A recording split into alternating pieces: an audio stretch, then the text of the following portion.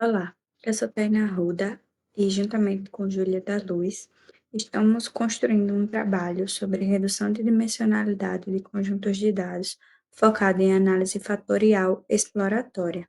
Nós somos alunos do curso de pós-graduação em Engenharia Elétrica e de Computação da UFRN e agora vamos explicar um pouco sobre a análise fatorial.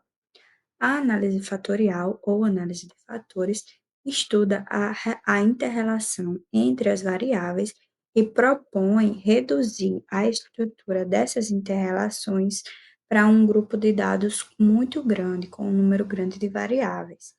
A redução da dimensionalidade, ela vai se dar através de novas variáveis chamadas variáveis latentes, que são conhecidas como os fatores. E aí, as variáveis elas serão agrupadas a partir da correlação entre elas, nesses grupos chamados fatores. E vamos ter um número de fatores bem menor do que o número de variáveis, assim, realizando a redução da dimensionalidade. A análise fatorial exploratória, ela vai avaliar a correlação das variáveis observáveis. Então, a gente assume que dentro daquele conjunto de dados vão existir variáveis que são altamente correlacionadas e variáveis que não são muito correlacionadas. Então, essas variáveis que são altamente correlacionadas, elas vão ser agrupadas em um determinado fator. E as variáveis de fatores diferentes, elas vão ter baixa correlação entre si. Então, aqui temos um exemplo em que o fator de atendimento, o fator de estrutura física e o fator percebido foram fatores identificados e para cada fator determinadas variáveis foram aplicadas. Por exemplo, simpatia dos funcionários, rapidez no atendimento e cortesia dos funcionários foi relacionada, agrupada no fator de atendimento.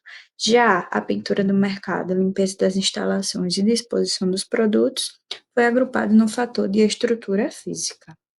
Então, a gente observa que os fatores eles caracterizam características próprias daquele conjunto de dados. E os fatores, eles podem ser ortogonais ou oblíquos. E isso vai ser parte de uma das etapas do desenvolvimento dessa análise fatorial, que vai influenciar na rotação.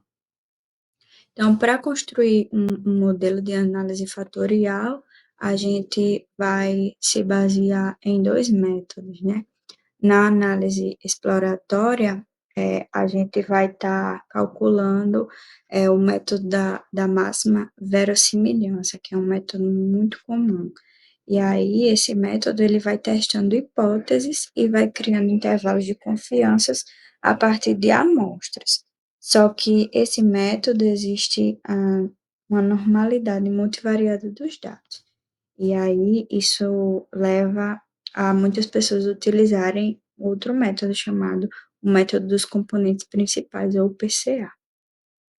Mas a análise exploratória, a análise fatorial exploratória, ela é um método que foi proposto por Sperman e Pearson em 1904, e aí ela vai levando em consideração que vamos obter um modelo em que teremos um número reduzido de fatores agrupando várias variáveis. Aqui a gente vê que ele vai calculando a variância e a correlação. Então, se as duas variáveis são altamente correlacionadas, elas vão ter uma carga alta naquele mesmo fator. Então, essas cargas elas são atribuídas a cada variável. Quando a análise exploratória está sendo realizada, nós precisamos obter um número de fatores que nós vamos querer trabalhar no nosso grupo de dados. Para obter o número de fatores, existem critérios populares para realizar essa confirmação. Um dos critérios mais comuns é o critério de Kaiser-Guttman, que ele é baseado nos autovalores.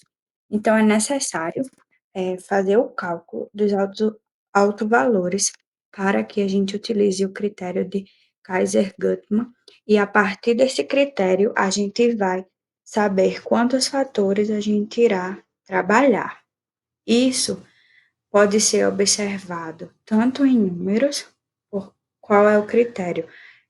Isso significa que, se o valor do alto valor for maior do que um, esse alto valor vai ser considerado como um fator, um número de fatores, ou graficamente, através de um ponto de inflexão no gráfico. Quando a gente identificar o ponto de inflexão, que também é chamado de joelho ou cotovelo, todos os pontos que estiverem acima do ponto de inflexão vai ser o número de fatores.